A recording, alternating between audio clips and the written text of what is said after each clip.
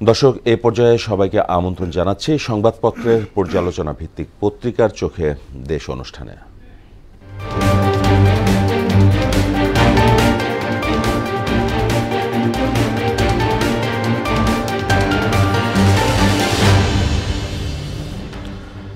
দর্শক, অনুষ্ঠানের আজকের অতিথি মোহনা টেলিভিশনের সিনিয়র রিপোর্টার মনিরুল ইসলাম। মনির, পত্রিকার চোখে দেশ অনুষ্ঠানে আপনাকে আমাদের স্টুডিওতে স্বাগত। ধন্যবাদ। প্রথমে দেখে নেব বিভিন্ন পত্রিকার শিরোনামগুলো। আমার হাতে রয়েছে প্রথমে দৈনিক প্রথম আলো। দেখব তাদের শিরোনামে কোন কোন খবরগুলো জায়গা করে নিয়েছে। প্রথমে আছে পার্শ্ববর্তী দেশ ভারতের লোকসভা নির্বাচন নিয়ে। ভারতের লোকসভা নির্বাচনের ফলাফল, নরেন্দ্র মোদী বিজেপি নেতা বলেছেন যে ভারতের জনগণ আমাদের ওপর আস্থা রেখেছে, আমরা জনগণের প্রতি কৃতজ্ঞ। আর অপরদিকে রাহুল গান্ধী বলছেন এই নির্বাচন ছিল সংবিধান রক্ষার নির্বাচন, এবার জোটের ওপর নির্ভর করতে হচ্ছে মোদীকে। করের চাপে খরচ বাড়বে মানুষের, আসছে বাজেট 2024-25। কথা বলায় খরচ বাড়তে পারে, এলইডি বাতি, এসি, ফ্রিজ, পানি, সিসি ক্যামেরা, জুসের দাম বাড়তে পারে। বাংলাদেশ দল নিয়ে যত প্রশ্ন। এরপরে আমার হাতে রয়েছে দৈনিক ইত্তেফাক। দেখে নেব ইত্তেফাকের শিরোনামগুলো। ভারতের লোকসভা নির্বাচন নিয়ে তারা বলছে সংখ্যাগরিষ্ঠতা পেল বিজেপি জোট। জোট সরকার গঠনের ঘোষণা মোদীর, হাল ছাড়ছে না কংগ্রেস। কংগ্রেস ঘুরে দাঁড়ালো, একক সংখ্যাগরিষ্ঠতা পেল বিজেপি।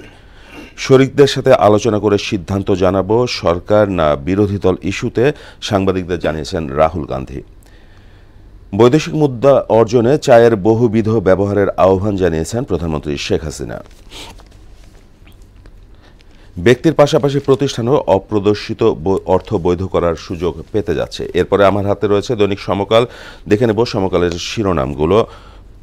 তাদের শিরোনামে জায়গা পেয়েছে কংগ্রেসের পুনর্জীবন, মোদি ম্যাজিকের ধস, চমক কংগ্রেসের। পশ্চিমবঙ্গে মমতার জয় জয়কার, বাজেট ঘাটতি কমানো হচ্ছে। বাংলাদেশ প্রতিদিন দেখব তাদের শিরোনাম, দিল্লির গদি আবারও মোদির, নির্ভর করতে হবে নীতিশ নাইডুর ওপর। চমক দেখিয়ে শক্তিশালী বিরোধী জোট, যেভাবে ঘুরে দাঁড়ালো কংগ্রেস। পশ্চিমবঙ্গে আবারও মমতা ম্যাজিক, একই গতিতে চলবে বাংলাদেশ ভারত সম্পর্ক, বিশেষজ্ঞের অভিমত। এরপর রয়েছে দৈনিক যুগান্তর। যুগান্তরের শিরোনাম, 2024-25 অর্থ বছরের বাজেট চূড়ান্ত, ভারতে মোদি ম্যাজিকে ধাক্কা, শাহিনকে না পেলে মামলার ভবিষ্যৎ নিয়ে শঙ্কা, সেলেস্তি তানভীরের জবানবন্দি। এরপরে আমার হাতে রয়েছে দৈনিকে দেশ রূপান্তর। তাদের শিরোনাম, ফ্যাকাশে মোদিতে উজ্জ্বল ইন্ডিয়া, আসছে 7,97,000 কোটি টাকার বাজেট, গুরুত্বহীনরা গুরুত্ব পেয়েছে, আমরা চেয়ে দেখেছি। পাভেল চৌধুরী বৈঠকে 11 দলের শরিকরা। পশ্চিমবঙ্গে ঘাসফুলেরই সুবাস, প্রবলভাবে ফিরে এলেন রাহুল। সরকার গঠনে হয়ে উঠতে পারে জটিলতা। এরপর আমার হাতে রয়েছে দৈনিক বণিক বার্তা। বণিক বার্তার শিরোনাম, অর্থনীতি ও ব্যবসায় মন্দা থাকা সত্ত্বেও কর বাড়ানোর প্রস্তাব নিয়ে আসছে বাজেট। আবারও সরকার গঠনের ঘোষণা নরেন্দ্র মোদীর। ভারতে বিজেপি সংখ্যাগরিষ্ঠতা হারানোর আশঙ্কায় পুঁজিবাজারে ধস।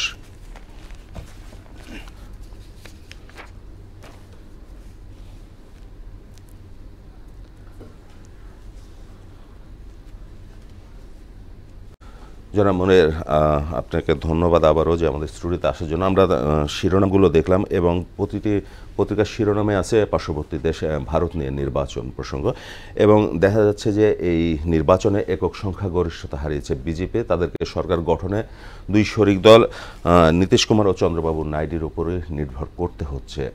তো এই যে ভারতের নির্বাচনে মোদি ম্যাজিকে ভাটা, আপনি কিভাবে দেখছেন? আসলে মোদি ম্যাজিকে ভাটা সেটা ঠিক বলবো না, কারণ বিগত দুই নির্বাচনে কিন্তু মোদির নেতৃত্বাধীন এনডিএ, তারা মোদি কিন্তু যে বিজেপি দলটা, সেই দল একক সংখ্যাগরিষ্ঠতা নিয়ে তারা সরকার গঠন করেছিল। কিন্তু এবার আসলে তারা একক সংখ্যাগরিষ্ঠতা পায়নি, কিন্তু তারা ক্ষমতার সেই মসনদে বসতে যাচ্ছে। এখানে কিন্তু অনেক সমীকরণ রয়েছে, বিশেষ করে জনসংখ্যার দিক দিয়ে ভারতের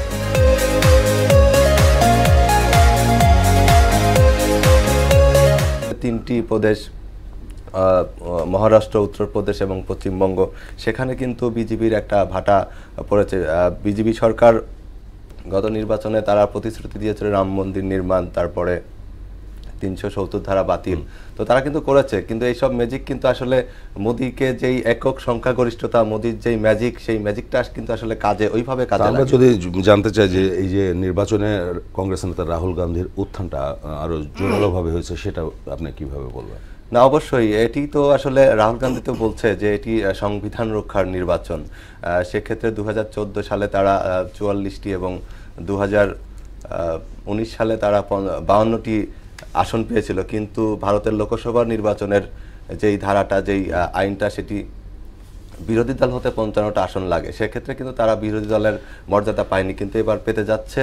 তো আসলে যেই কংগ্রেসের যে উত্থান, সেটি কিন্তু গণতন্ত্রের সৌন্দর্য। এবার আমরা যদি আমাদের যে বাজেট ঘোষণা হবে, সারা দেশের মানুষ তাকিয়ে আছে যে বাজেট ঘোষণার দিকে, সেখানে বলা হচ্ছে যে বিভিন্ন ক্ষেত্রে বাজেটে খরচ বাড়বে মানুষের, এবং বাজেট প্রত্যাশায় মানুষের জনগণের দিকে তাকিয়ে কোন কোন খাতগুলোকে গুরুত্ব দেওয়া উচিত? আসলে বিগত বাজেটে আমরা দেখেছি যে সড়ক নির্ভর বাজেট, তো আসলে সড়ক নির্ভর বাজেট থেকে বেরিয়ে আসতে হবে। বিশেষ করে সাধারণ মানুষের জন্য যেই কল্যাণমুখী যেই উদ্যোগগুলো, সেই উদ্যোগগুলো আসলে বাজেটে কিন্তু আমরা দেখতে পাই না। তো এবার কিন্তু আন্তর্জাতিক মুদ্রা তহবিলের একটি শর্ত রয়েছে, সেই শর্ত বাস্তবায়নে কিন্তু ভর্তুকি কমাতে হচ্ছে। তার মানে ভর্তুকি কমালে কিন্তু জনগণের উপরই একটা বাড়তি চাপ তৈরি হবে। তারপরে IMF যেই শর্তগুলো দিয়েছে, বাজেটের আকার ছোট করতে হবে। বাজেটের আকার ছোট করতে হলে তাহলে কিন্তু অনেক এই যে বোঝাটা, এই বোঝাটা কিন্তু সাধারণ মানুষের ঘাড়েই পড়বে। তো সেক্ষেত্রে আমি যদি ধরে ধরে বলতে চাই, আমাদের শিক্ষাটা একটি জাতির মেরুদণ্ড শিক্ষা, সেই শিক্ষাটাকে কিন্তু সর্বাধিক গুরুত্ব দেওয়া হয়। শিক্ষায় বরাদ্দ থাকে, কিন্তু সেই বরাদ্দটা আসলে অবকাঠামো উন্নয়নে সেটা খরচ করা হয়, কিন্তু আসলে শিক্ষার যেই মূল ভিত্তিটা, বিশেষ করে গবেষণা, তারপরে লাইব্রেরি, এটিতে কিন্তু কোনো আসলে বরাদ্দ থাকে না। যেমন শিক্ষকদের দক্ষতা উন্নয়নে প্রশিক্ষণ সহ নানান বিষয় আছে, তারপরে কর্মমুখী শিক্ষার যে উন্নয়নটা, সেটিতেও কিন্তু আসলে ওইভাবে থাকে না। তো এই ব্যাপারগুলো আসলে নজর দেওয়া লাগবে। আর পরিবহনে কিন্তু পরিবহন খাতে, সড়ক যোগাযোগ খাতে কিন্তু অনেক উন্নয়ন হয়েছে, আমরা দেখেছি দৃশ্যমান। মেট্রো রেল, বিভিন্ন এক্সপ্রেসওয়ে, এলিভেটেড এক্সপ্রেসওয়ে, পদ্মা সেতুর মতো প্রজেক্ট আমরা দেখেছি। আরেকটি বিশেষ, আমরা অনুষ্ঠানের একেবারে শেষ পর্যায়ে, মনে আপনাকে ধন্যবাদ আমাদের সাথে অংশ নেওয়ার জন্য। দেখা হবে ইনশাআল্লাহ পরবর্তী অন্য কোনো অনুষ্ঠানে।